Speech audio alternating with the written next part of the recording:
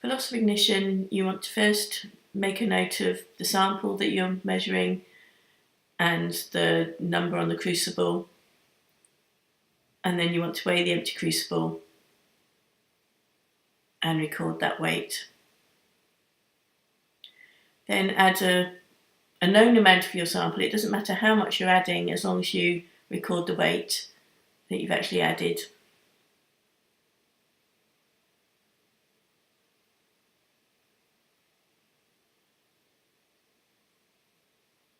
Then to turn on the furnace, first of all you need to turn on the extractor fan and then the extractor control. You can turn it all the way around to 5. And then above the furnaces there are these flues. You want to make sure that any other furnace that isn't in use, it's all horizontal, and then you turn the one that you're using to vertical. And you should be able to feel the updraft, the suction of the pull.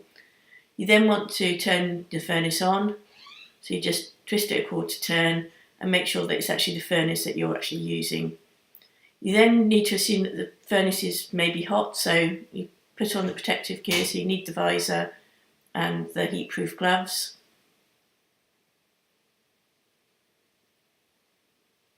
Open up the furnace.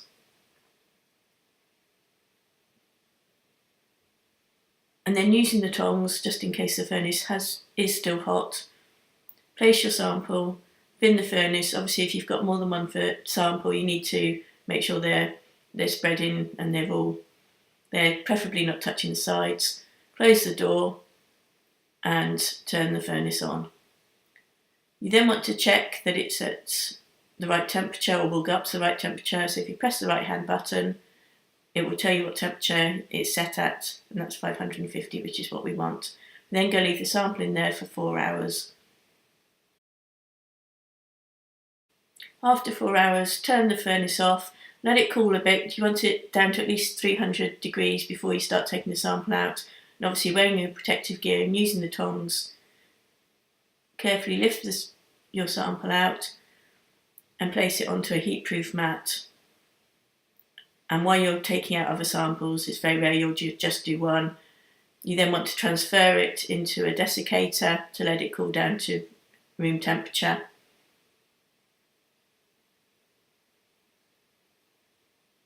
And then you want to turn the furnaces off. So you turn it back off at the wall.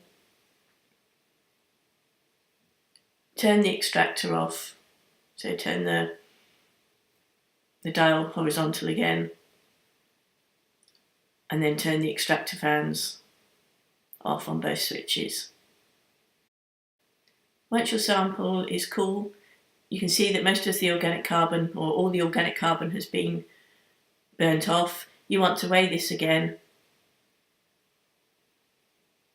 and record the weight, and that will be your ashed weight. When you're finished, you want to then just dispose of the ashed into the correct beaker, tip it out, give it a brush out, and then your crucible is actually ready to use again. You will then need to use an equation to work out the loss of ignition.